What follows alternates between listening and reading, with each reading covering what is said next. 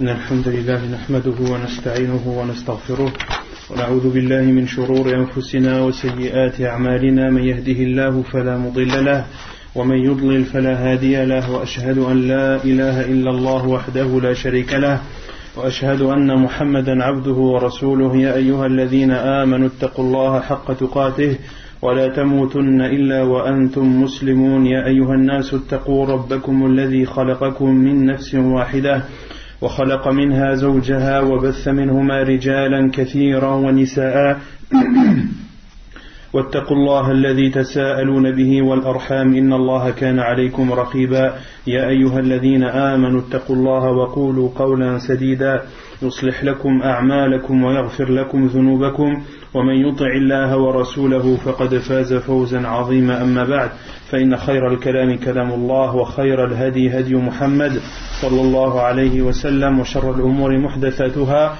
وكل محدثة بدعة وكل بدعة ضلالة وكل ضلالة في النار وبعد. Donc nous continuons Inch'Allah notre explication du livre du jeûne pris du livre Al-Wajiz fi fiqh sunnati wal kitab al-aziz. Donc la semaine dernière on avait commencé le livre du jeûne. Qu'est-ce qu'on avait dit sur la définition du mot as-siyam? On avait donné la définition du mot as-siyam. Non. Bima'na al-imsak. Donc ça c'est l'oratan. Donc le terme as-siyam en langue arabe, il signifie en français non, arrêter, s'abstenir, al-imsak. D'accord? Et on avait cité une preuve dans le Coran qui était le verset où Allah subhanahu wa ta'ala dit en parlant de Maryam alayhi salam non? Inni nazartu lirrahmani sawma. J'ai fait le vœu pour le tout miséricordieux, c'est-à-dire Allah subhanahu wa ta'ala, j'ai fait le vœu de faire as-siyam, et ici les savants ont dit huwa as-sukut, car le terme as-siyam à l'époque signifiait al-imsak wa 'an al-kalam, de s'abstenir de parler. Et quelle est la définition juridique, la définition islamique de siyam? Non? D'adorer Allah en s'éloignant d'adorer Allah en délaissant la nourriture non. Et en s'éloignant des choses qui peuvent annuler le jeûne. Non, ahsant. Et c'est tout? Des boissons? Mais jusqu'à l'aube. Jusqu'à l'aube? Non, jusqu'au coucher du soleil. Non, de l'aube jusqu'au coucher du soleil. هو الإمساك هو التعبد لله تبارك وتعالى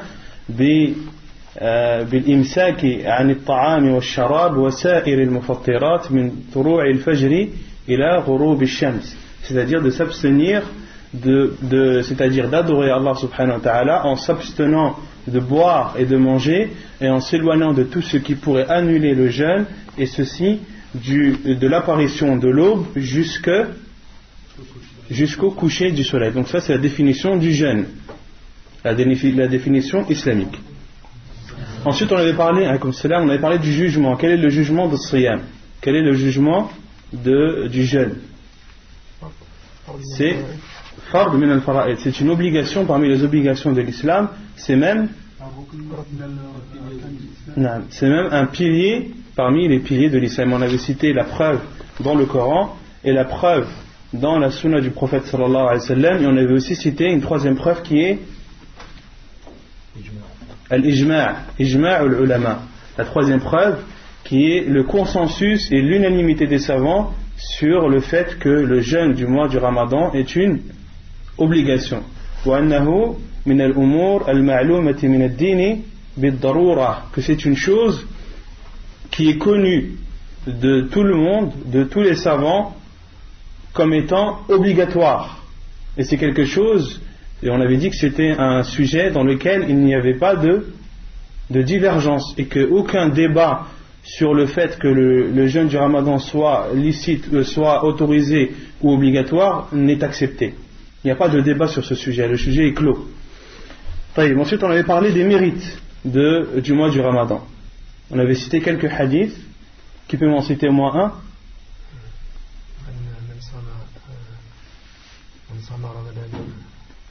نعم إيمانا واحتسابا غفر له ما تقدم من ذنبه. أحسنت. Le hadith du professeur Hassan qui dit celui qui jeûne du mois du Ramadan imanan, en croyant en Allah subhanahu wa ta'ala, en ayant la foi en Allah subhanahu wa ta'ala, wa ihtisaban, c'est-à-dire en espérant la récompense, ghufira lahu ma taqaddama min dhanbihi. Allah subhanahu wa ta'ala lui pardonnera ses péchés passés. On avait dit que ces péchés c'était as-sagha'ir dun al-kaba'ir, لأن الكبائر la budda laha min tawbah, car les grands péchés, pour qu'ils soient pardonnés, il faut obligatoirement qu'il y ait un repentir sincère. Et ensuite on avait aussi cité le hadith du professeur sallam lorsqu'il dit, le hadith Qudusi, où il dit, Allah subhanahu wa ta'ala a dit kullu amal ibn adam lahu illa as-siyam fa innahu li wa ana ajzi bih, où Allah subhanahu wa ta'ala a dit chaque acte du fils d'Adam sont à lui sauf le jeûne, il m'appartient et c'est moi qui en donne la récompense. On avait donné 3 explications de cette partie du hadith du prophète sallallahu alayhi wa sallam. Qu'est-ce qu'on avait dit? Que le jeûne appartient au fils d'Adam, que tous les actes appartiennent au fils d'Adam, sauf le jeûne, car Allah subhanahu wa ta'ala dit fa innahu li, il est à moi et c'est moi qui en donne la récompense. On avait donné 3 explications. Naam, al-oula. Ahsant. La première explication, c'est que la récompense du jeûne est sans limite. Que la récompense des autres actes, on avait dit que le minimum était de 10 et qu'Allah subhanahu wa ta'ala pouvait le multiplier jusqu'à 700 voire plus. Mais quant à la récompense du jeûne, la récompense est sans limite. La hadda laha. Ça c'est la première explication. La deuxième, ahsant. La deuxième, c'est que Allah subhanahu wa ta'ala a dit chaque acte appartient au fils d'Adam sauf le jeûne, car il m'appartient et c'est moi qui en donne la récompense. Les savants ont dit chaque acte appartient au fils d'Adam, c'est-à-dire que le jour du jugement, si cette personne a offensé des musulmans ou autres, a porté atteinte à des personnes, et que le jour du jugement, Allah subhanahu wa ta'ala prend de ses bonnes actions de cette personne et les donne à la personne qui l'a offensé, il ne prendra pas les bonnes actions qu'il a eues grâce au siyam, car le jeûne ne lui appartient pas, il appartient à Allah subhanahu wa ta'ala. Mais toutes les bonnes actions qu'il aura eues en faisant sa prière, en faisant la zakat, en lisant le Coran, etc., eh bien ces bonnes actions seront prises de lui et seront données aux personnes qu'il aura offensées. Et le professeur Sam a donné des exemples: ceux qu'il aura insultés, ceux qu'il aura frappés, ceux à qui il aura volé de l'argent. D'accord? Et la troisième explication qui est que chaque acte appartienne au fils d'Adam, sauf le jeûne. Naam. Dans chaque adoration, l'insan il peut tomber barrière. Ahsan. Ahsan. C'est-à-dire que tout acte, il y a une possibilité que la personne ne le fasse pas avec sincérité pour Allah subhanahu wa ta'ala. Sauf le jeûne, car le jeûne c'est une adoration qui est cachée, c'est une adoration qui est secrète, et si la personne l'a fait, eh bien cette adoration est automatiquement accompagnée de la sincérité envers Allah subhanahu wa ta'ala, car seul lui et Allah subhanahu wa ta'ala savent qu'il jeûne. D'accord? Donc c'était les 3 explications. Ensuite on avait parlé de l'obligation de jeûner lors de la vision ou de la vue de la lune. Qu'est-ce qu'on avait dit sur cela? On avait cité le hadith du prophète sallallahu alayhi wa sallam qui dit Sumu li ru'yatihi wa aftiru li ru'yatihi. Jeûnez à sa vue, c'est-à-dire à la vue de la lune, et abstenez-vous ou complétez ou arrêtez de jeûner à sa vue, c'est-à-dire à la vue de la lune. Fa in rumiya alaykum fa atimmu aw fa'uddu thalathin. Et si le ciel est couvert de nuages ou autre, et que vous n'avez pas la possibilité de voir la lune, alors complétez le mois de 30 jours. Quand on avait dit les mois lunaires, ils sont soit de 29, ils ne peuvent pas être moins de 29 jours, et ne peuvent pas contenir plus de 30 jours, soit 29, soit 30. Qu'est-ce qu'on avait dit à ce sujet? Non. On dit qu'on regarde la lune à l'œil nu sans moyen technologique. On avait dit ça? De regarder la lune à l'œil nu sans moyen technologique. Non, que ce qui permet de connaître l'entrée du mois, c'est la vue de la lune, et non pas les calculs astronomiques. Et cela, les savants sont unanimes sur cela. Mais certains savants, comme Cheikh Ibn Baz et Cheikh Ibn Uthaymin, autorisent d'utiliser des télescopes, des jumelles, des moyens qui permettent d'agrandir la vision, mais à condition de voir avec son œil. D'accord, de voir avec son œil. Cela est autorisé d'utiliser des instruments qui permettent de voir de plus près le ciel.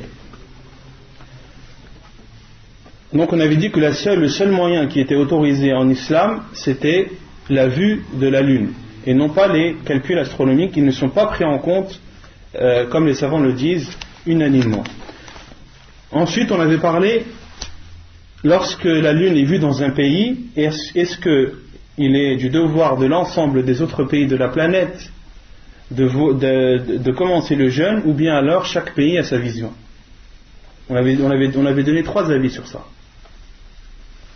Le premier avis des savants qui est qu'ils disent que si un des pays musulmans voit la lune, tous les musulmans voient la lune. Le premier avis qui est lorsque l'un des pays musulmans a vu la lune, alors il est du devoir de tous les pays de l'ensemble de la planète de jeûner grâce à cette vue.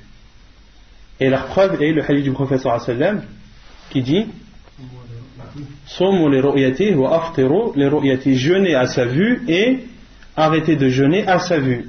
Et lorsqu'il dit jeûner, le prophète sallallahu alayhi wa sallam parle à l'ensemble de la communauté musulmane. D'accord? Et d'autres savants ont dit non. Le deuxième avis, qui est que les pays éloignés, chacun a sa vision. Les pays éloignés, chacun a sa vision. Si on prend par exemple le Maroc et on prend le Pakistan, eh bien le Pakistan, il a sa vue et le Maroc a sa vue, car ce sont des pays éloignés. Et le soleil ne se lève pas et ne se couche pas en même temps. D'accord? Et ça, c'est l'avis de Cheikh al-Islam Ibn Taymiyyah rahimahullah ta'ala, et ils utilisent pour cela le hadith d'Ibn Abbas. On avait parlé du hadith d'Ibn Abbas ou le hadith de Quraib radiyallahu anhu, lorsque Fadl l'a envoyé fi Sham et qu'ils ont vu la lune, ils ont jeûné. Et qui était le gouverneur de Sham à l'époque? C'était Muawiyah radiyallahu anhu. Et lorsque Quraib est revenu à Médine et qu'il a vu Abdullah ibn Abbas, ils ont parlé, et Abdullah ibn Abbas lui a demandé quand est-ce que vous avez jeûné. Il a répondu vendredi. Et Abdullah ibn Abbas a dit quant à nous, nous avons jeûné samedi. Et Abdullah ibn Abbas a demandé à Quraib, as-tu vu la lune? Il a dit oui, j'ai vu la lune, et les gens l'ont vue. Et Muawiyah radiyallahu anhu, qui était leur gouverneur, a ordonné aux gens de jeûner. Et Abdullah ibn Abbas a dit quant à nous, soit nous complétons le mois de 30 jours, ou bien alors nous voyons la lune. Et Quraib radiyallahu anhu lui a dit, ne prends-tu pas en compte la vision de Muawiyah? Il a dit, Abdullah ibn Abbas radiyallahu anhu a dit, la hakada allamana Rasulullah sallallahu alayhi wa sallam. Non, car c'est ainsi que nous a enseigné le prophète sallallahu alayhi wa sallam. Et les savants ont déduit de ce hadith que chaque pays a sa vision. Et ce n'est pas parce qu'un pays a vu la lune qu'il est obligatoire pour les autres pays de le voir. Et les savants ont dit cela à condition que les pays soient éloignés et que le soleil ne se couche pas en même temps. Et le troisième avis, le troisième avis qui est que chaque pays jeûne suivant l'ordre de son gouverneur. Que chaque pays jeûne suivant l'ordre de son gouverneur. Et même si les pays sont proches, même si, parce qu'on a dit le deuxième avis, c'est que lorsqu'un pays voit la lune, tous les pays qui sont dans le même matla, les savants disent dans la même longitude et latitude, alors ils doivent jeûner avec ce pays, car le soleil se couche en même temps. Si par exemple on prend le Maroc et l'Algérie, ce sont des pays où à peu près le soleil se couche en même temps. Donc ils sont dans la même vision, dans le même champ de vision de la lune. Ils voient la lune à peu près en même temps. D'accord? Ils disent, si le Maroc a vu la lune, alors il est du devoir de l'Algérie de jeûner également. Mais lorsque les pays sont éloignés, là non, chacun a sa vision. Et le troisième avis, qui est que chaque pays a sa vision. Chaque pays suit son gouverneur. Même si le pays qui est juste à côté ne jeûne pas ou jeûne le jour d'après. Et nous concernant nous, on avait dit qu'on avait posé la question aux savants, Inch'Allah, ça va être posé. On a posé la question à Cheikh Rabi'a, hafidahullah. Il a dit que cette question, il faut la poser au grand. C'est une question où la question était, est-ce qu'on doit considérer l'annonce du CFCM, l'autorité représentative des musulmans en France, est-ce que lorsqu'elle déclare le jour du Ramadan, est-ce qu'il est du devoir de tous les musulmans de France de le suivre? Inch'Allah, c'est une question qui va être posée très prochainement et la réponse de toute façon sera diffusée, Inch'Allah. C'est clair pour ce sujet? Taïb, bima yathbutu ash-shahr, on a dit, et comment annoncer ou comment attester que le mois est entré? On avait dit quoi sur ce sujet? Concernant les témoignages. Naam? Il faut, naam? Fadal. Naam. Pour le début, pour attester de l'entrée du mois du Ramadan, il suffit d'un seul témoin. Et pour la fin, il faut 2 personnes. Et on avait dit que ce jugement était déduit lorsque l'on rassemble les 2 hadiths. Le hadith d'Abdullah ibn Omar, lorsqu'il a dit au prophète sallallahu alayhi wa sallam qu'il avait vu la lune, le prophète sallallahu alayhi wa sallam sa'ama wa amara an-nasa bis-siyam. Le prophète sallallahu alayhi wa sallam a jeûné et a ordonné aux gens de jeûner, ceci grâce ou par l'intermédiaire de la vision d'Abdullah ibn Omar, qui n'est qu'une seule personne. Et il y a d'autres hadiths où le prophète sallallahu alayhi wa sallam a dit فَإِنْ شَهِدَ شَاهِدَانِ مُسْلِمَانِ فَصُومُوا وَأَفْطِرُوا. Et lorsque 2 témoins musulmans attestent, alors jeûnez et abstenez-vous de jeûner. Autrement dit, que le prophète sallallahu alayhi wa sallam dans ce hadith a dit qu'il fallait 2 témoins à la fois pour attester de l'entrée du mois et de la sortie du mois du Ramadan. Mais en rassemblant ce hadith avec le hadith d'Abdullah ibn Omar, les savants en ont déduit qu'il suffit d'un seul témoin pour l'entrée du Ramadan et qu'il faut obligatoirement 2 témoins pour en attester de la sortie. Et on avait dit que le témoin devait être juste. An yakuna shahidan adlan. Qu'est-ce que ça veut dire adl? Qu'est-ce qu'un témoin juste? Naam? Toutes ses obligations. Naam? Toutes ses prières à la mosquée. Qui fait toutes ses obligations. Qui évite les grands péchés. Qui évite les grands péchés. Comme salam. Et qui ne persiste pas dans les petits. Et qui ne persiste pas dans les petits péchés. Huwa man ata bil wajibat wa taraka al kaba'ir wa lam yusir ala as-sagha'ir. D'accord? Donc ça c'est la définition d'un témoin juste. طيب يقول المؤلف على من يجب, envers qui il est obligatoire de jeûner. أجمع العلماء على أنه يجب الصوم على المسلم العاقل البالغ الصحيح المقيم ويجب أن تكون المرأة طاهرة من الحيض والنفاس كما في فقه السنة. Envers qui le jeûne est obligatoire, l'auteur dit أجمع العلماء, les savants sont unanimes sur le fait qu'il est obligatoire de jeûner pour tout musulman qui a la raison, qui est pubère, qui est en bonne santé et qui est résident. Et concernant la femme, elle doit être purifiée des menstrues et des lochis. Donc l'auteur dit, les savants sont unanimes sur le fait qu'il est obligatoire de jeûner pour le musulman. Autrement dit, qu'il n'est pas obligatoire de jeûner pour les non-musulmans. Mais il y a une mas'ala dans ce sujet concernant le non-musulman. Les savants sont unanimes sur le fait qu'un non-musulman, s'il jeûne, est-ce que son jeûne est accepté ou non? Non. Non. Quelle est la preuve? لَإِنْ أَشْرَكْتَ لَيَحْبَطَنَّ عَمَلُكَ. Si tu associes Allah subhanahu wa ta'ala, tes actes seront vains. Et Allah subhanahu wa ta'ala dit aussi وَمَنْ يَبْتَغِي غَيْرَ الْإِسْلَامِ دِينًا فَلَنْ يُقْبَلَ مِنْهُ. Celui qui prend pour religion autre que l'islam, rien ne sera accepté de lui. D'accord? Mais il y a un sujet dans lequel les savants ont divergé, c'est est-ce que le mécréant, est-ce que la personne non musulmane, il lui est demandé d'appliquer la religion dans sa totalité ou non. Il y a une divergence des savants et l'avis le plus sûr, wallahu a'lam, et c'est l'avis de la plupart des savants, c'est que oui, le non musulman, il lui est demandé d'appliquer la religion dans sa totalité. Et que il aura le péché de ne pas avoir jeûné. Même s'il jeûne, son jeûne ne sera pas accepté.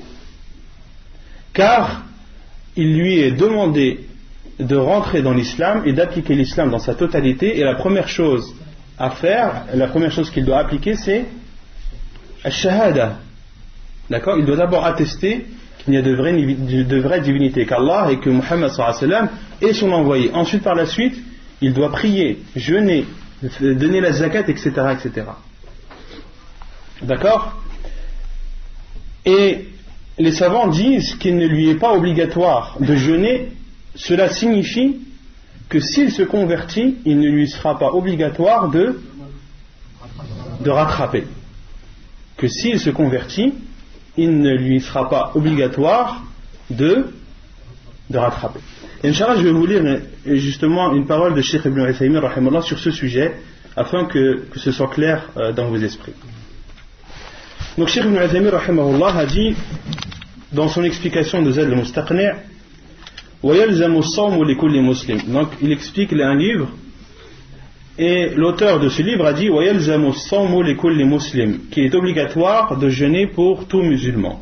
Et Cheikh Ibn Uthaymin rahimahullah a dit يَعْنِي لَا كَافِرٍ, c'est-à-dire que le non-mécréant, il ne lui est pas obligatoire de jeûner.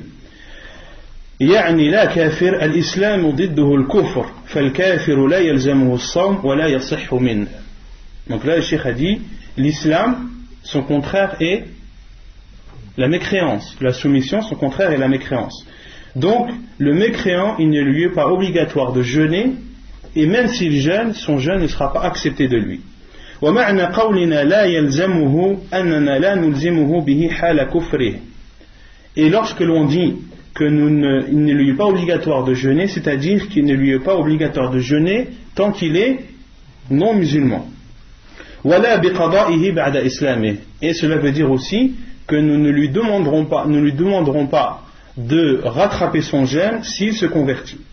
أما دليل الأول فقوله تعالى وما منعهم أن تقبل منهم نفقاتهم إلا أنهم كفروا بالله وبرسوله.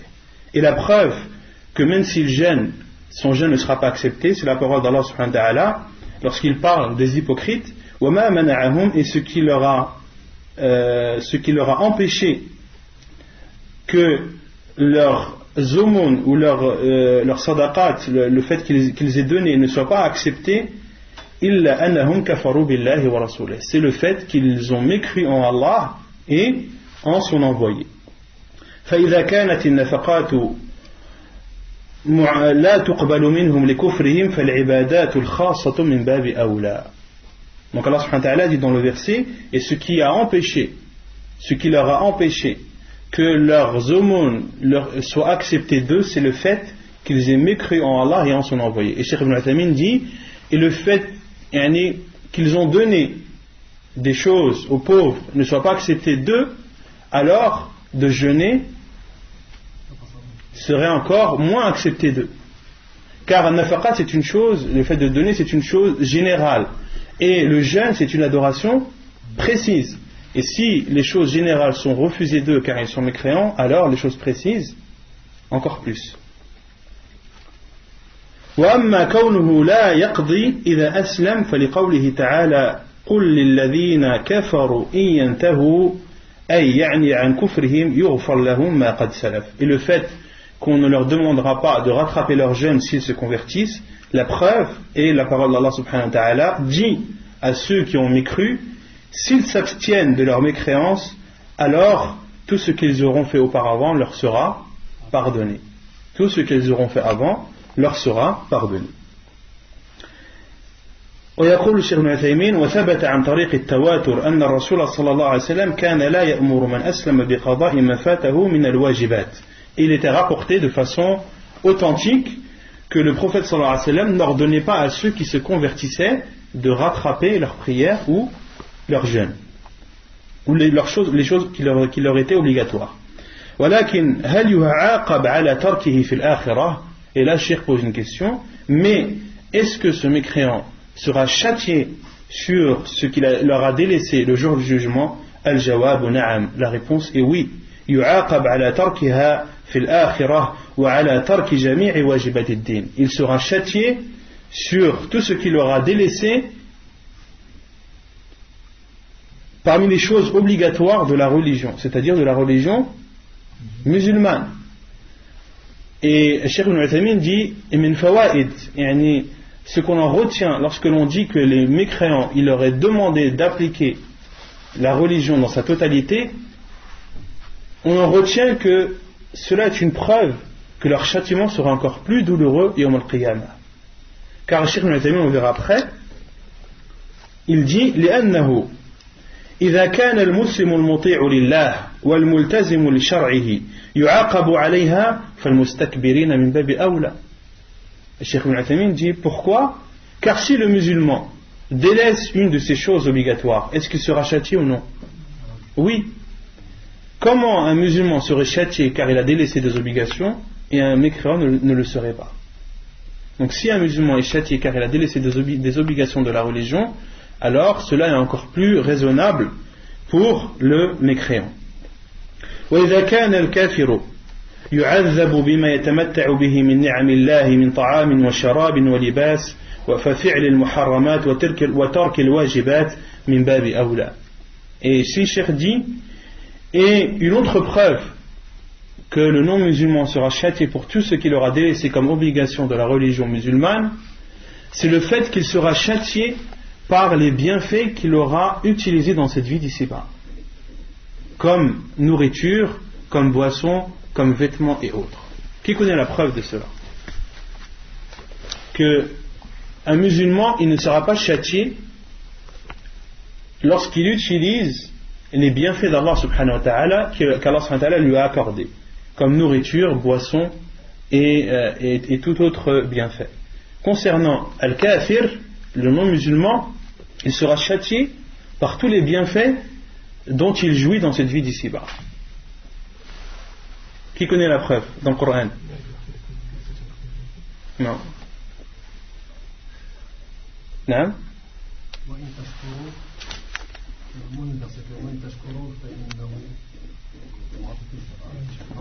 La preuve elle est subtile. Allah subhanahu wa ta'ala dit ليس على الذين آمنوا وعملوا الصالحات جناح فيما طعموا.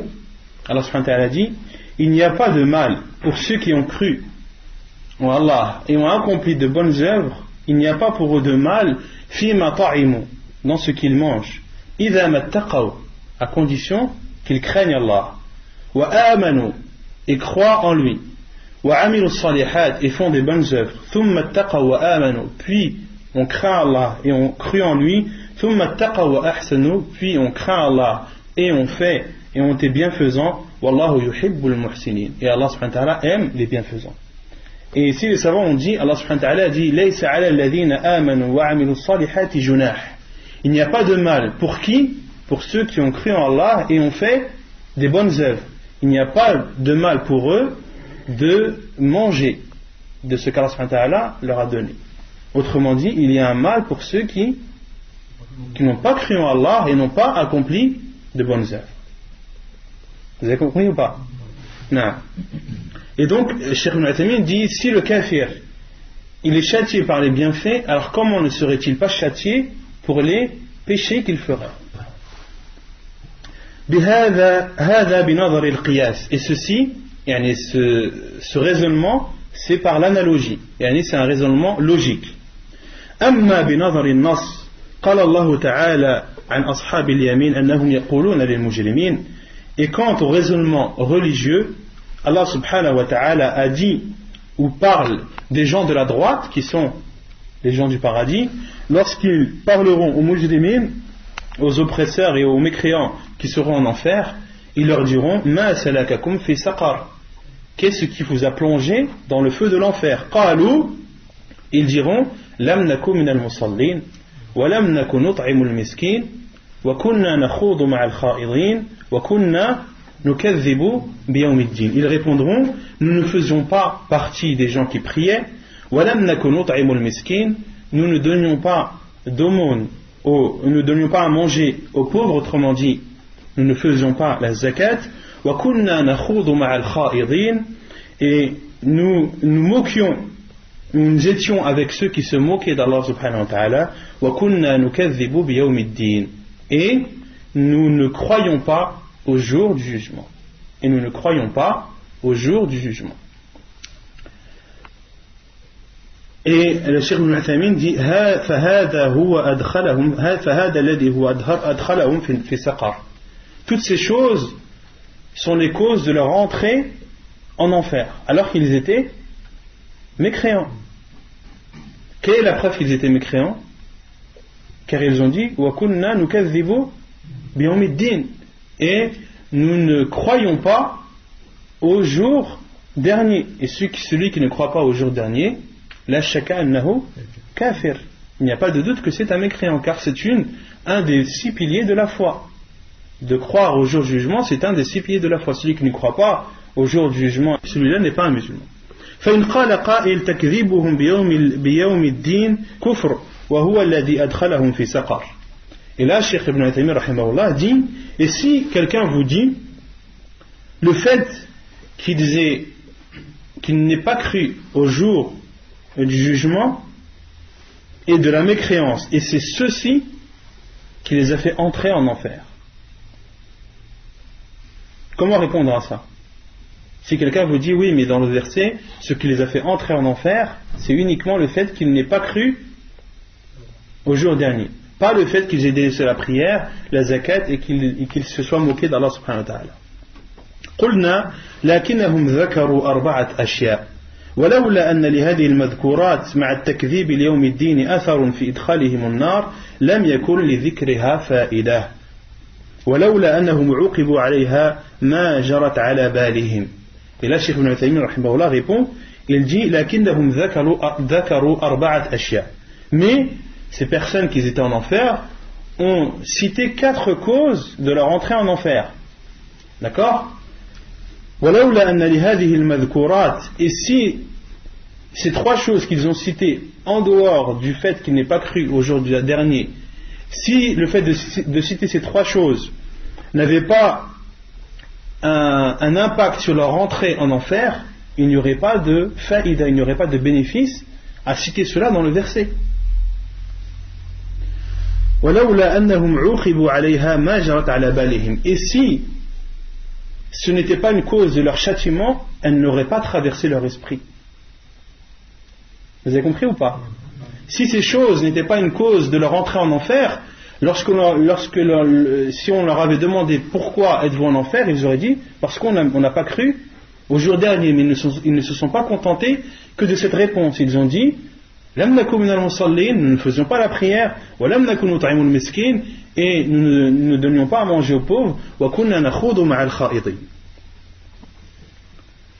لم نكن, الشيخ ابن عثيمين dit لم نكن من المصلين أي الصلاة ولم نكن نطعم المسكين أي الزكاة وكنا نخوض مع الخائضين مثل الاستهزاء بآيات الله وكنا نكذب بيوم الدين, et nous ne croyons pas au jour dernier. إذن الكافر لا يؤمر بالصوم حال كفره ولا يقبل منه لو صام ولكنه يعذب عليه في الآخرة. Donc en résumé, le mécréant, il ne lui est pas obligatoire ou on ne l'oblige pas de jeûner tant qu'il est mécréant, ولا يقبل منه لو صام, et même s'il jeûne, son jeûne ne sera pas accepté de lui, ولكنه يعذب عليه في الآخرة, mais il sera châtié pour ne pas avoir jeûné le jour du jugement.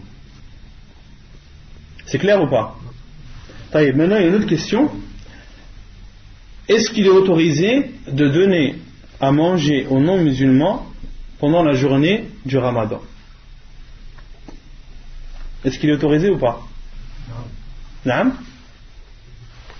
Oui, mais je sais qu'il y a des frères allemands qui avaient appelé un chef parce qu'il y avait des mas'ala comme ça. Le chef d'Arabie Saoudite, je me rappelle plus de son nom, il avait dit les Russes qui leur donnaient à manger à eux, mais aux musulmans qui leur donnent pas. Voilà, ça c'est pas ce que je sais des grands savants.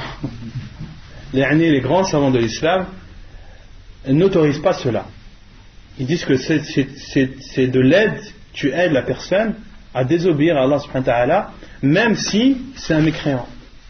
Et c'est là où justement où il y a l'importance de cette mas'ala, est-ce que le non-musulman est appelé à l'islam dans sa totalité ou non? Ceux qui disent oui, il est appelé à l'islam dans sa totalité, c'est la plupart des savants, et c'est l'avis le plus sûr, Inch'Allah, ils disent que tu n'as pas le droit de donner à manger aux non-musulmans pendant la journée du Ramadan, car il lui est demandé d'appliquer la religion dans sa totalité. D'accord? Et d'autres savants ont dit non, le non-musulman, il ne lui est pas demandé d'appliquer toute la religion, il lui est demandé d'abord de croire en Allah, d'attester les deux shahadat. Et une fois qu'il aura attesté, alors là, toutes les obligations de la religion seront un devoir pour lui. D'accord? Mais l'avis le plus sûr, wallahu a'lam, c'est que le non-musulman, il lui est demandé de rentrer dans l'islam dans sa totalité. D'accord? Et Cheikh Ibn Baz, rahimahullah, on lui a posé la question, une question qui lui a été posée concernant un paysan qui a des ouvriers qui ne sont pas musulmans. Et ces ouvriers, pendant le mois du Ramadan, lui ont dit, soit tu nous donnes à manger, ou soit on ne travaille pas. Et ce paysan est un ami, ce n'est pas quelqu'un qui apprend sa religion, il ne connaît pas grand chose. Il leur a donné à manger effectivement, puis il a posé la question à Cheikh Ibn Baz rahimahullah, est-ce qu'il y a un mal dans cela ou non? Et Cheikh Ibn Baz rahimahullah a répondu, amma taqdimu at-ta'ami lahu la yajuzu taqdimu at-ta'ami lahu. Quant à leur donner à manger, cela est interdit. إذا كانوا غير مسلمين وأرادوا تقديم الطعام في نهار رمضان فإنه لا يعينهم على هذا الشيء. Il ne lui est pas autorisé لا يجوز تقديم الطعام لهم إذا كانوا غير مسلمين. Il ne lui est pas autorisé de leur donner à manger même s'ils sont non musulmans. وأرادوا تقديم الطعام في نهار رمضان فإنه لا يعينهم على هذا. Et même si eux veulent manger, il ne faut pas qu'ils les aident dans cela. وإن كانوا كفارا, même s'ils sont mécréants, لو صاموا ما صح منهم الصوم, même s'ils sont mécréants et même s'ils jeûnent, leur jeûne ne sera pas accepté. لكنهم مخاطبون بفروع الشريعة, car il leur est demandé d'appliquer la religion dans sa totalité. فإذا كانوا مخاطبين فلا بد أن يعانوا بما لا يخالف الشريعة. Et tant qu'ils sont demandés, il leur est demandé d'appliquer la religion dans sa totalité, on doit alors les aider dans ce qui ne contredit pas la religion. فَيُنْصَحُونَ وَيُوَجَّهُونَ لَعَلَّهُمْ يُسْلِمُونَ. Donc ils doivent être conseillés et guidés afin qu'ils se convertissent à l'islam. Donc là la réponse de Cheikh Ibn Baz elle est claire et catégorique. Et d'autres sujets qui en découlent, par exemple je sais que Cheikh Al-Albani rahimahullah a été questionné, est-ce qu'on a le droit de vendre des télévisions, des téléviseurs à des mécréants? Cheikh Al-Albani a dit هذا لا يجوز وهو إعانة على الإفساد في الأرض, car tu aides la personne à faire la turpitude sur terre. Et tu sais très bien que si tu vends un téléviseur à un mécréant, il ne va pas regarder Iqra ou Al-Majd, vous savez tous. Il va en faire une utilisation qui, sans aucun doute, sera interdite. D'accord? Et si cela était autorisé, Cheikh Al-Albani l'aurait dit. Au contraire, il a été catégorique. An hada la yajuz. Et il a même dit tous les appareils qui sont interdits en islam, dont l'utilisation est interdite en islam, wajaba kasruha. Il est obligatoire de la détruire. Il est obligatoire de détruire cet appareil et de ne le vendre ni à un musulman ni à un non-musulman. Une chose que tu n'as pas le droit d'utiliser, le seul recours c'est la destruction. Allahu a'lam. Naam.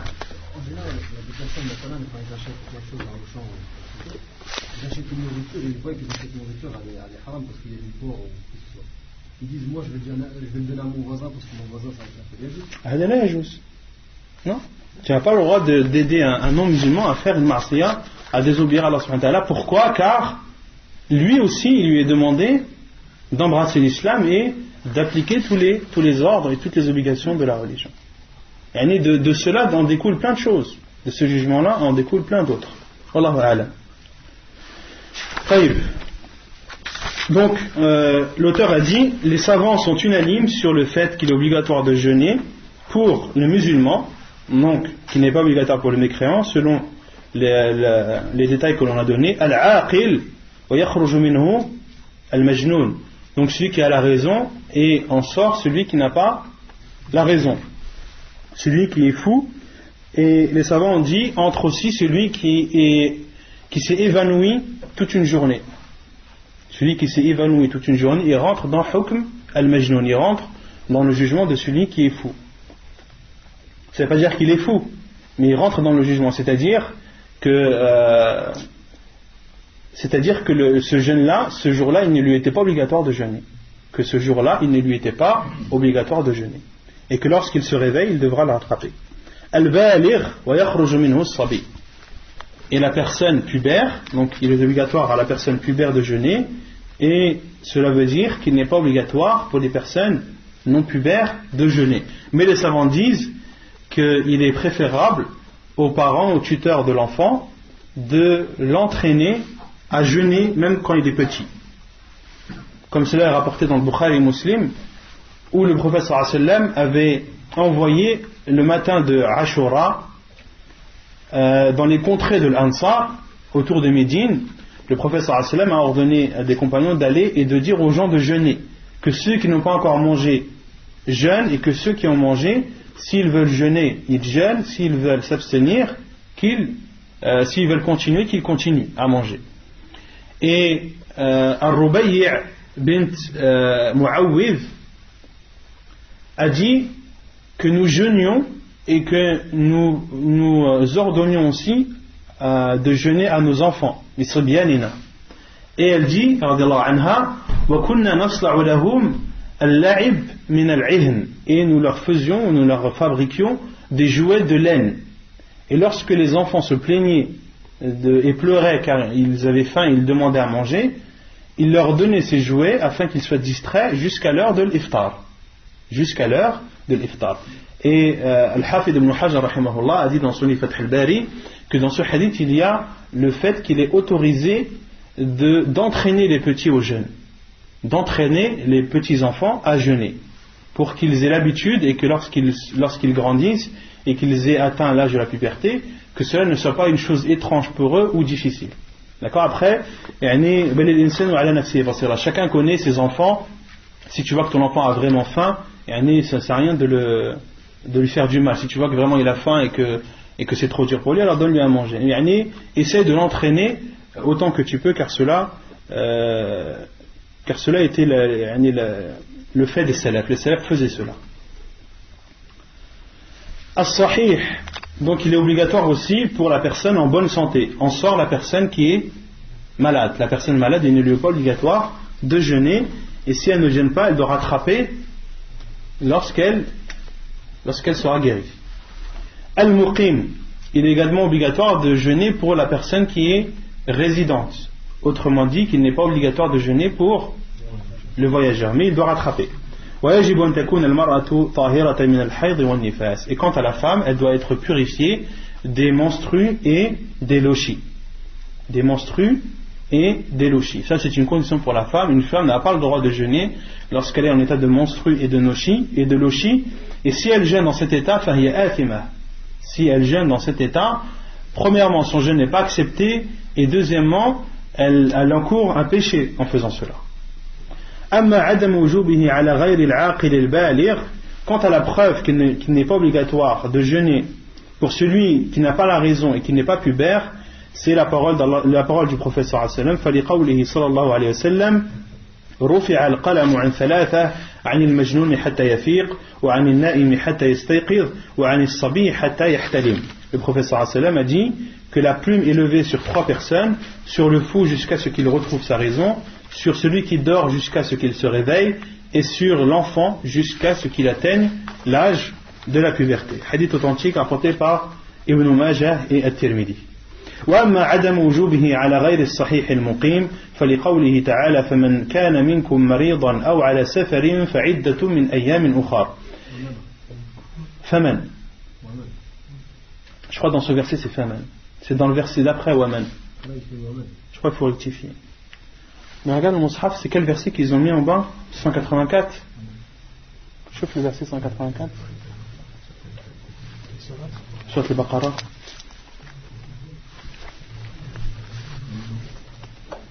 فمن كان منكم مريضا في الآية الأخرى في الآية الأخرى نعم تبقي الحفص والورشة حفص 184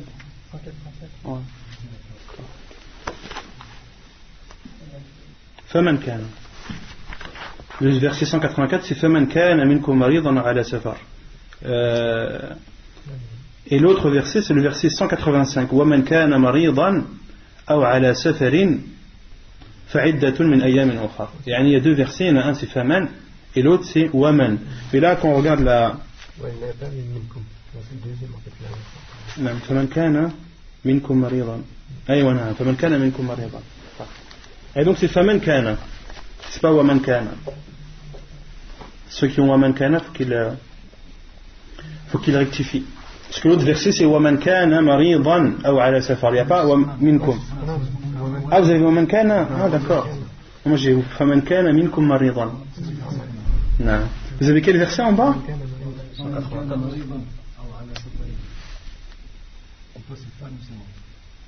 Il y a minkum vous? Il n'y a pas minkum. Ah, donc laissez alors, c'est waman kana maridan. Parce que moi j'ai fait man kana minkum maridan ou ala safar et j'ai le 184. Et dans ce cas-là, rectifiez-vous en bas, c'est pas 184, c'est 185. Le verset en bas.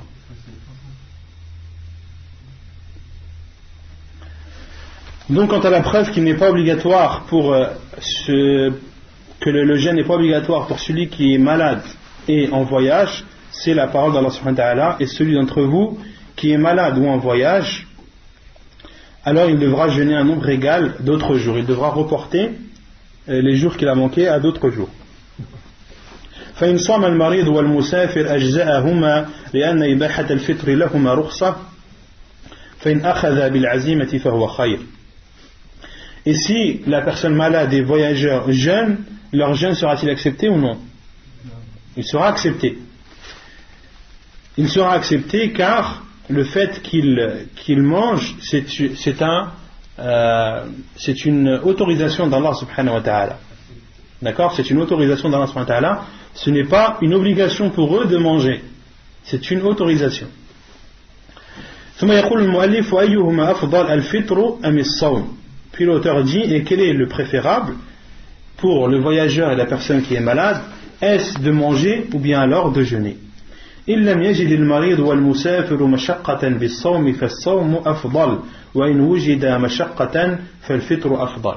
La réponse est, si la personne malade et voyageur éprouve de la gêne et de la difficulté à jeûner, فالصوم أفضل. Oui, s'il ne trouve pas de difficulté, si le voyageur et la personne malade ne trouve pas de difficulté à jeûner, alors le jeûne est meilleur. Et s'il trouve une difficulté à jeûner, alors de manger est meilleur. Et là, c'est la parole d'Allah subhanahu wa ta'ala qui rentre en compte. بَلِ الْإِنسَانُ عَلَى نَفْسِهِ بَصِيرًا. La personne est envers elle-même la plus connaisseuse. D'accord? La plus connaissante. Et c'est toi qui sais lorsque le jeûne est pour toi une difficulté ou non. C'est pas autre que toi. Car certains disent, oui, mais comment est-ce qu'on sait quand le jeûne est difficile ou pas? C'est toi qui sais. Allah subhanahu wa ta'ala dit, bal al-insanu ala nafsihi basira. Toi tu sais, tu connais ta personne et tu sais ce que tu ressens. عن أبي سعيد الخدري رضي الله عنه قال كنا نغزو مع رسول الله صلى الله عليه وسلم في رمضان فمنا الصائم ومنا المفطر فلا يجد الصائم على المفطر ولا المفطر على الصائم يرون أن من وجد قوة فصام فإن ذلك حسن ويرون أن من وجد ضعفا فأفطر فإن ذلك حسن. La preuve c'est le hadith de Abu Sa'id al-Khudri radiyallahu anhu qui dit nous sortions en bataille avec le prophète sallallahu alayhi wa sallam pendant le ramadan et parmi nous il y avait des jeûneurs et d'autres qui ne jeûnaient pas. فلا يجد الصائم على المفطر فلا يجد أي لا يغضب فلا يجد أي لا يغضب كما قال صاحب تحفة الأحوذي. Et celui qui jeûnait ne s'énervait pas sur celui qui mangeait et celui qui mangeait ne s'énervait pas ou n'avait pas de colère envers celui qui jeûnait. Yarawna, et il disait que celui qui avait la possibilité de jeûner et qu'il jeûne, cela est un bien, et celui qui éprouve une difficulté, qu'il mange, et ceci est un bien. فإن ذلك حسن. Hadith authentique apporté par Muslim et At-Tirmidhi. وأما عدم وجوبه على الحائض والنفساء فلحديث أبي سعيد رضي الله عنه قال النبي صلى الله عليه وسلم أليس إذا حاضت لم تصلي ولم تصوم فذلك نقصان دينها. Et la preuve qu'il n'est pas obligatoire pour la femme qui a ses menstrues et ses lochis de ne pas jeûner, c'est le hadith d'Abu Sa'id radiyallahu anhu qui dit, le prophète sallallahu alayhi wa sallam a dit, lorsqu'elle a ses menstrues, ne prie-t-elle pas et ne jeûne-t-elle pas? Le prophète sallallahu alayhi wa sallam a posé cette question à son compagnon et puis il a répondu, c'est ceci son manque dans sa religion. Ça c'est l'explication du hadith où le prophète sallallahu alayhi wa sallam a dit An-nisa'u naqisatu aqlin wa din, que les femmes ont un manque dans la raison et dans la religion. On avait expliqué ce hadith dans l'explication de hadith Jibril, je crois. On a expliqué ce hadith là, et pour ceux qui veulent l'explication, qui retournent à l'enregistrement du cours. Et justement le prophète sallallahu alayhi wa sallam avait expliqué que le manque, pour résumer, que le manque dans la raison, c'est le fait que la femme, pour que son témoignage soit accepté, il faut deux femmes. Il faut deux femmes. Le témoignage de deux femmes équivaut au témoignage d'un homme. Donc ça c'est l'explication de la parole du prophète sallallahu alayhi wa sallam lorsqu'il dit qu'elles ont un manque dans la raison. Et le manque dans la religion, le prophète sallallahu alayhi wa sallam a dit, lorsque la femme a ses menstrues, elle ne prie pas et elle ne jeûne pas, c'est ceci son manque dans la religion. C'est ceci son manque dans la religion. فإن صامت الحائض أو النفساء لم يجزئهما لأن من شروط الصوم الطهارة من الحيض والنفاس ويجب عليهما القضاء. Et si la femme qui a ses menstrues et ses lochis jeûne, son jeûne ne sera pas accepté d'elle, car parmi les conditions du jeûne, c'est d'être purifié des menstrues et des lochis. ويجب عليهما القضاء. Il leur est obligatoire de rattraper les jours manqués. عن عائشة رضي الله عنها قالت كنا نحيض على عهد رسول الله صلى الله عليه وسلم فنؤمر بقضاء الصوم ولا نؤمر بقضاء الصلاة. Et selon Aïcha رضي الله عنها, elle dit, nous avions nos menstrues au temps du prophète sallallahu alayhi wa sallam et on nous ordonnait de rattraper le jeûne et de ne pas rattraper la prière, de ne pas rattraper les prières manquées. Hadith authentique apporté par Muslim, Abu Daoud et At-Tirmidhi. Fanu'mar, qui leur ordonnait? Le prophète sallallahu alayhi wa sallam. Taïb, maintenant, dans les hadiths d'avant, le prophète sallallahu alayhi wa sallam a dit Alaysa idha hadat, la femme lorsqu'elle a ses menstrues. Dans le hadith de Aïcha, kunna nahidu, nous avions nos menstrues. Donc ces deux hadiths, ils prouvent que c'est la femme qui a ses menstrues. La femme qui a ses menstrues ne lui est pas autorisée de jeûner. Quelle est la preuve qu'il en est de même pour la femme qui a ses lochis? Dans les hadiths, est-ce qu'il parle de Nufasa? C'est quoi la preuve? Personne connaît? Pourtant on a déjà vu ça. On n'avait pas dit que le jugement qui découle de l'ha'id découle de Nufasa bi ijma' al-ulama? On n'avait pas vu ça? Que les jugements qui découlent de la femme qui a ses menstrues sont exactement les mêmes pour la femme qui a ses lochis, à l'unanimité des savants, bi-ijma' al-ulama. Et c'est justement ça la preuve. La preuve c'est ijma' al-ulama, c'est l'unanimité des savants sur cela, sur le fait que la femme qui a ses menstrues et la femme qui a ses lochis ont exactement les mêmes jugements. Ont exactement les mêmes jugements dans tout. Que ce soit dans le jeûne, que ce soit dans la prière, ou que ce soit dans le fait d'avoir des rapports avec son mari. D'accord ? ما يجب على الشيخ الكبير والمرأة العجوز والمريض الذي لا يرجى برؤه. Qu'est-ce qu'il est obligatoire de faire pour la personne, pour l'homme qui est vieux, la femme vieille, et pour le malade qui a une maladie incurable. Et pour le malade qui a une maladie incurable. Qu'est-ce qu'il est de leur devoir de faire? ومن عجز عن الصيام لكبر أو نحوه أفطر وأطعم عن كل يوم مسكينا لقوله تعالى وعلى الذين يطيقونه فدية طعام مسكين. Et celui qui n'a pas la possibilité de jeûner pour cause de vieillesse ou autre, il doit alors manger et donner et nourrir pour chaque jour non jeûné, il doit nourrir un pauvre. La preuve est la parole d'Allah subhanahu wa ta'ala وَعَلَى الَّذِينَ يُطِيقُونَهُ فِدْيَةٌ طَعَامُ مِسْكِينٍ. Et pour ceux qui peuvent jeûner, alors ils doivent nourrir un pauvre. Ils doivent nourrir un pauvre. Pour ceux qui peuvent jeûner. وعن عطاء أنه سمع ابن عباس يقرأ هذه الآية فقال ابن عباس ليست بمنسوخة هو الشيخ الكبير والمرأة الكبيرة لا يستطيعان أن يصوما فليطعمان مكان كل يوم مسكينا. حديث صحيح رواه البخاري.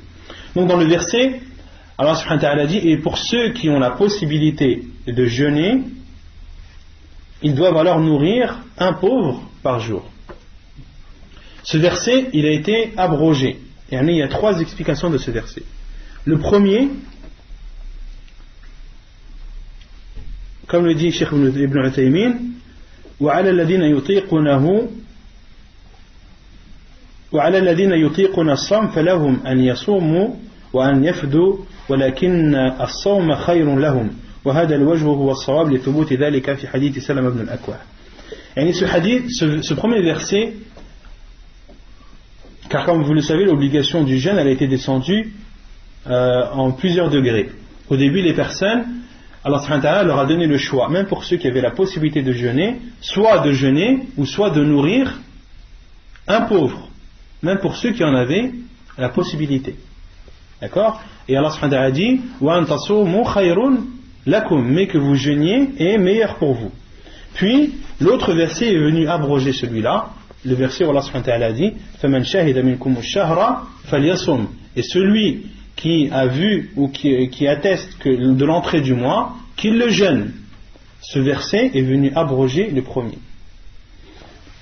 Et donc ça c'est le premier la première explication de ce verset. Et la preuve, c'est le hadith de Salama ibn al-Akwa' qui dit, lorsque ce verset est descendu, وَعَلَى الَّذِينَ يُطِيقُونَهُ, pour ceux qui peuvent jeûner, qu'ils nourrissent un pauvre, كَانَ مَنْ أَرَادَ أَنْ يُفْتِرْ وَيَفْدِي حَتَّى نَزَلَتْ الْآيَةَ الَّتِي بَعْدَهَا. Donc Salama ibn al-Akwa' dit, lorsque ce verset est descendu, celui qui voulait manger et nourrir un pauvre pour compenser, il avait le droit de faire cela. Jusqu'à ce que le verset qui vienne après, c'est-à-dire le verset où Allah subhanahu wa ta'ala dit فَمَنْ شَهِدَ مِنْكُمْ شَهْرَ فَلْيَصُمْ, jusqu'à ce que le verset où Allah subhanahu wa ta'ala dit celui qui atteste du mois qu'il le jeûne, حَتَّى نَزَلَتْ الْآيَةَ الَّتِي بَعْدَهَا فَنَسَخَتْهَا, et le deuxième verset a abrogé le premier. D'accord? Et il a été rapporté selon Mu'adh dans une autre version de Mu'adh ثم أنزل الله فمن شهد منكم الشهر فليصومه فأثبت الله صيامه على المقيم الصحيح ورخص للمريض وأثبت الإطعام للكبير الذي لا يستطيع الصيام. Et selon Mu'adh radiyallahu anhu, il dit, puis Allah subhanahu wa ta'ala a révélé le verset فمن شهد منكم الشهر فليصوم, celui qui atteste du mois qui le jeûne. Allah subhanahu wa ta'ala a laissé le jugement, a obligé de jeûner pour celui qui est résident et en bonne santé, Et il a autorisé aux malades et aux voyageurs de ne pas jeûner. Et il a autorisé de nourrir un pauvre pour la personne âgée qui ne peut pas jeûner. Pour la personne âgée qui ne peut pas jeûner. Ça c'est la première explication du verset. La deuxième, أن معنى الآية وعلى الذين يطوقونه أي يبلغوا طاقتهم ويشق عليهم وهذا الوجه مروي عن ابن عباس رضي الله عنهما. Il y a une deuxième explication de Abdullah ibn Abbas qui dit وعلى الذين يطيقونه, pour ceux qui peuvent, يعني Abdullah ibn Mas'ud a expliqué وعلى الذين يطوقونه, c'est-à-dire pour ceux qui éprouvent une grande difficulté à jeûner alors qu'ils nourrissent un pauvre. Et on verra qu'Abdullah ibn Abbas a expliqué cela en parlant des femmes enceintes et des femmes qui allaitent. Et il y a le troisième verset et la troisième explication qui cela est faible, comme le dit Cheikh Ibn Uthaymin, أن معنى الآية وعلى الذين لا يطيقونه فدية طعام مسكين. Et pour ceux qui ne peuvent pas le jeûner alors qu'ils nourrissent un pauvre, وهذا الوجه قاله بعض المتأخرين وهو وجه ضعيف. Et Cheikh Ibn Uthaymin dit, et cette troisième explication a été dite par certains contemporains, et cette explication est très faible. Elle est faible. Et ensuite l'auteur a rapporté selon Ata qu'il a entendu Abdullah ibn Abbas lire ce verset, c'est-à-dire وَعَلَى الَّذِينَ يُطِيقُونَهُ فِدْيَةٌ طَعَامُ مِسْكِينٍ, pour ceux qui peuvent jeûner, qui nourrissent un pauvre. Abdullah ibn Abbas a dit لَيْسَتْ بِمَنْسُوخَةٍ, elle n'est pas abrogée. Elle n'est pas abrogée. Et il faut bien comprendre la parole d'Abdullah ibn Abbas radiyallahu anhu. Parce que vous savez tous que les sciences qui sont venues après, quand on parle de usul al-fiqh, les bases de la jurisprudence, d'accord, on parle de al-wajib ou al-mandoub, d'accord, on parle des choses obligatoires, des choses interdites, des choses préférables, on parle de nasikh ou al-mansour, de al-mutlaq, al-muqayyad, on parle des hadiths qui abrogent, des hadiths abrogés, on parle des hadiths généraux, des hadiths précis. Toute cette science, elle n'existait pas au temps du prophète sallallahu alayhi wa sallam. Elle n'existait pas. La langue arabe, la science de la grammaire, elle n'existait pas au temps du prophète sallallahu alayhi wa sallam. Les gens, ils parlaient l'arabe comme ça. Mais c'est par la suite que les gens ont eu besoin d'avoir des règles pour pouvoir se repérer dans tout ça. D'accord ? Pour pouvoir se repérer dans la compréhension des hadiths du prophète sallallahu alayhi wa sallam. Pour comprendre les hadiths du prophète sallallahu alayhi wa sallam, il faut d'abord comprendre la langue arabe. Il y a aussi des règles à comprendre. Quand est-ce qu'un hadith abroge l'autre ? Quand est-ce qu'il est considéré comme étant abrogé, quand est-ce qu'un hadith est considéré comme général, quand est-ce qu'un hadith est considéré comme précis, etc. etc. Toutes ces sciences, les savants appellent cela ulumul ala. Ce sont des sciences entre guillemets outils. Ce sont des outils qui te permettent de comprendre le Coran et de comprendre la sunna du prophète sallallahu alayhi wa sallam. D'accord ? Par exemple, ilm al-tafsir. Toutes les règles qu'il y a dans le tafsir sont des règles qui sont des outils. Au temps du prophète sallallahu alayhi wa sallam, il n'y avait pas tout ça. D'accord ? C'était inné chez eux. Et lorsque Abdullah ibn Abbas dit laysat mansukha, laysat bimansukha, lorsqu'il dit elle n'est pas abrogée, c'est-à-dire qu'elle n'est pas abrogée dans sa totalité. Qu'elle n'est pas abrogée dans sa totalité. Autrement dit, que Allah subhanahu wa ta'ala a dit et pour ceux qui peuvent jeûner, qu'ils nourrissent un pauvre. L'autre verset qu'on a dit qu'il l'abroge, c'est lequel ? Celui qui atteste du mois, qu'il le jeûne. On avait dit que ce deuxième verset abrogeait le premier. Mais Abdullah ibn Abbas dit il ne l'abroge pas entièrement. Il ne l'abroge pas dans sa totalité. Et il explique Huwa shaykh al-kabir والمرأة العجوزة لا يستطيعان أن يصوما فليطعمان مكان كل يوم مسكينا. Elle n'est pas abrogée dans sa totalité, mais elle concerne la personne âgée, l'homme âgé, la femme âgée, qui ne peuvent pas jeûner, qu'ils nourrissent alors à la place de chaque jour un pauvre. D'accord ? Donc le verset est abrogé, mais il n'est pas abrogé dans sa totalité. D'accord ? Le jugement persiste pour la personne qui est âgée, et les savants ont pris le même jugement pour la personne qui est malade et qui a une maladie incurable. Une maladie incurable qui ne lui permet pas de jeûner, cette personne, elle doit nourrir pour chaque jour non jeûné un pauvre. C'est clair ou pas? Non? Donc on a dit que le jugement il reste pour la personne qui est âgée, l'homme âgé, la femme âgée, et pour le malade qui a une maladie incurable, une maladie bien sûr qui ne lui permet pas de jeûner. Ces personnes-là, elles doivent nourrir pour chaque jour non jeûné un pauvre. Non. Aussi la femme enceinte. Non, mais ça vient après, Inch'Allah. Ça vient après. Non. Parce que le pauvre, c'est une fois par jour, ou 3 repas, ou quoi. Inch'Allah, ça vient aussi après ça. La quantité de nourriture à donner, Inch'Allah, ça vient aussi après. Non. Le malade incurable, s'il est malade, mais on ne sait pas ce qu'il a. On attend la guérison, mais on ne sait pas s'il va guérir. Tu ne sais pas s'il va guérir. Mais à la fin, il meurt. Est-ce qu'on le considère comme malade incurable ou pas? Pour celui qui est malade et qui meurt à cause de sa maladie, les savants disent Hadala qada alayh. Celui qui est malade déjà, est-ce que le jeûne est obligatoire pour lui? Il n'est pas obligatoire. S'il meurt pour cause de sa maladie, est-ce que ses enfants et sa famille doivent rattraper pour lui? Non. Parce qu'il n'a pas connu la guérison entre temps. S'il était malade et qu'il n'a pas jeûné et qu'il a été guéri pendant une certaine période et que dans cette période il aurait pu rattraper son jeûne mais ne l'a pas fait, puis est mort par la suite, alors c'est un dayn pour lui, c'est une dette pour lui envers Allah, et cette dette elle doit être acquittée par ses proches. D'accord? Allahu a'lam. Al-hubla wal-murdi'.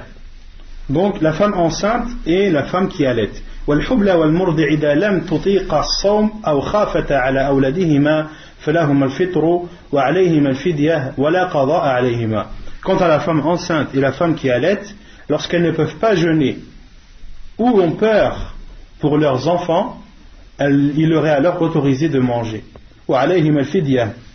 Et ils doivent nourrir un pauvre pour chaque jour non jeûné. ولا قضاء عليهما. Et ils n'ont pas à rattraper ce jour.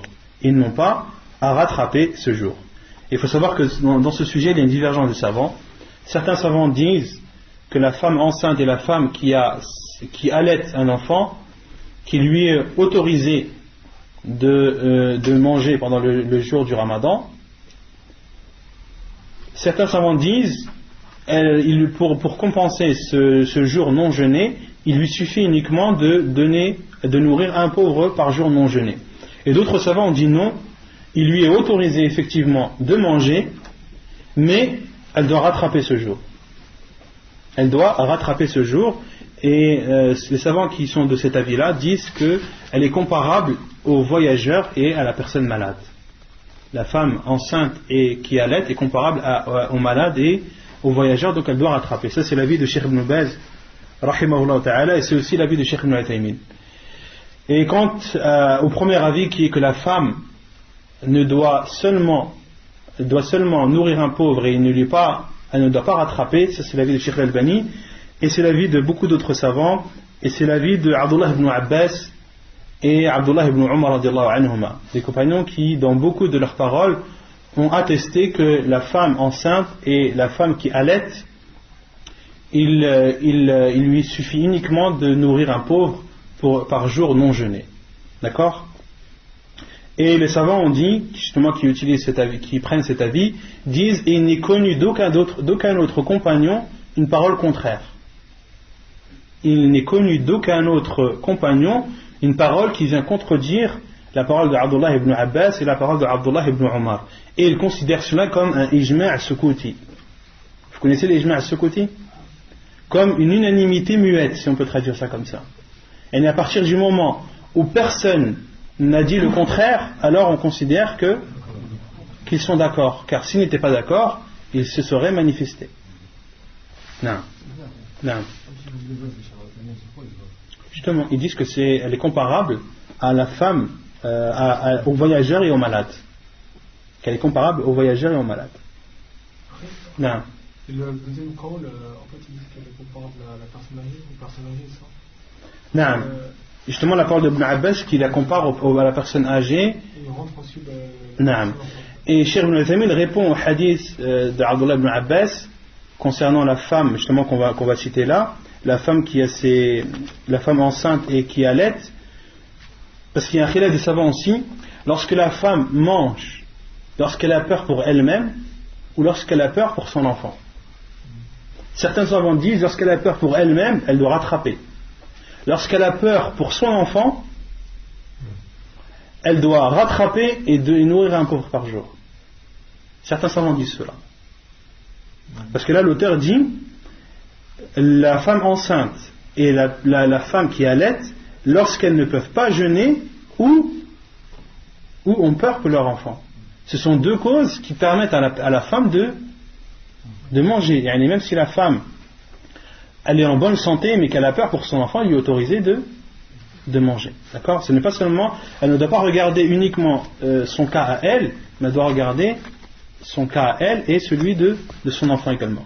وعن ابن عباس قال رخص للشيخ الكبير والعجوز الكبيرة في ذلك وهما يطيقان الصوم أن يفطر إن شاء ويطعم كل يوم مسكينا ولا قضاء عليهما ثم نسخ ذلك في هذه الآية فمن شهد منكم الشهر فليصم وثبت للشيخ الكبير والعجوز الكبيرة إذا كان لا يطيقان الصوم والحبلى والمرضع إذا خافتا أفطرتا وأطعمتا كل يوم مسكينا. Donc selon Abdullah ibn Abbas, il dit qu'il a été autorisé en premier lieu pour l'homme âgé et pour la femme âgée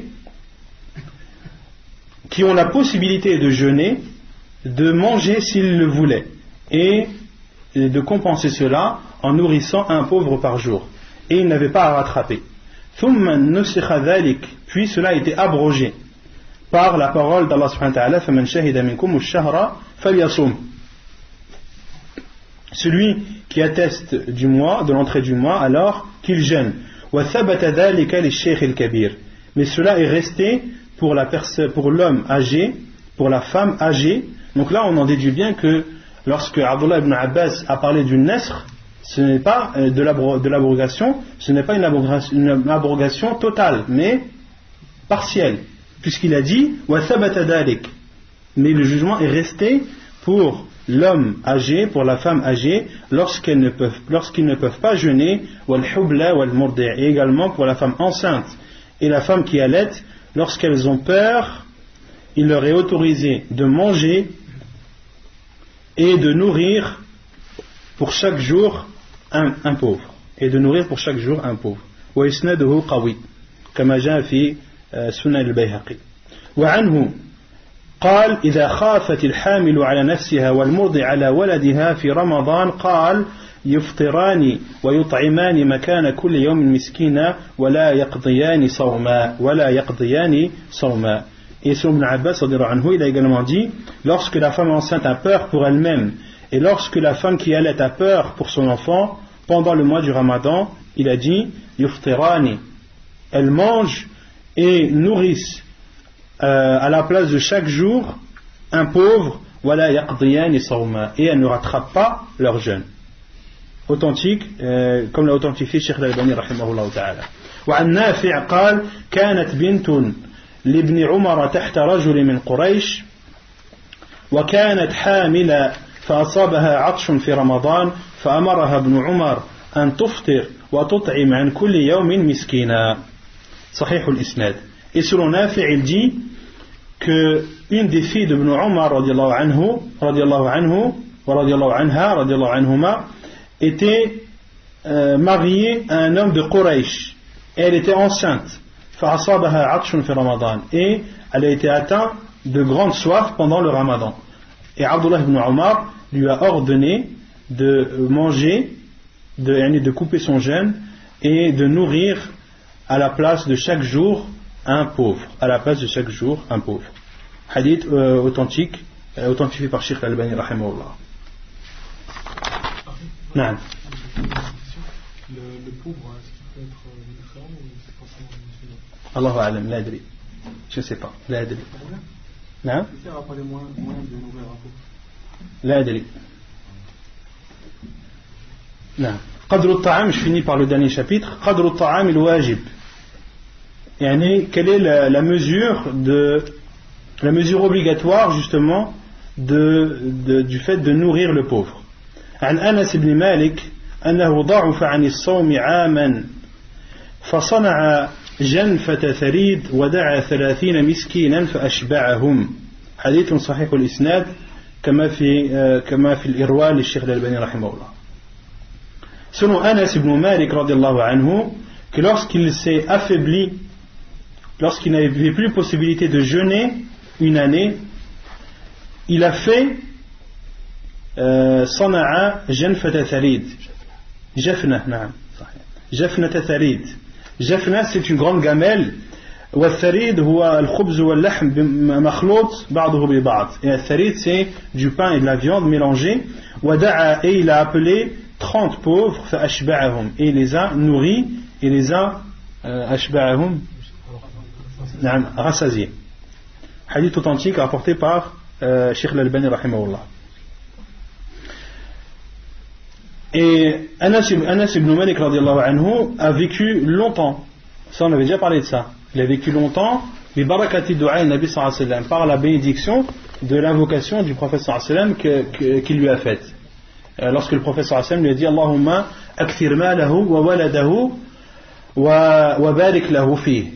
Et dans une autre version le prophète sallallahu alayhi wa sallam a dit Allahumma barik lahu Allahumma barik lahu fi Allahumma barik Allahumma akthir waladahu wa atil umrahu. Le prophète sallallahu alayhi wa sallam a dit oh Allah, fait qu'il ait beaucoup d'enfants et qu'il vive longtemps. Et on avait déjà dit qu'Anas ibn Malik radhiyallahu anhu comptait ses enfants et ses petits-enfants qui étaient au nombre de...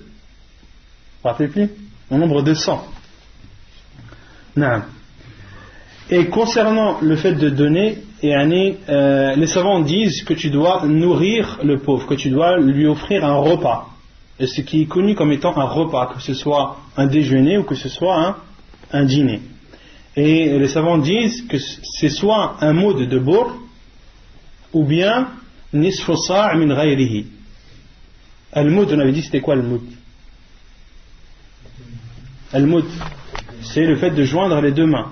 C'est ce que comportent les deux mains lorsqu'elles sont jointes l'une à l'autre. D'accord? Moud min bourr, qu'est-ce que c'est le bourr? Qu'est-ce que c'est le bourr? Non? Qu'est-ce que c'est le bourr? Non? Le blé? C'est le blé? Le froment, non? C'est plus le froment. Ou bien alors la moitié d'un sa' d'autres nourritures. Un sa' on avait dit c'était combien?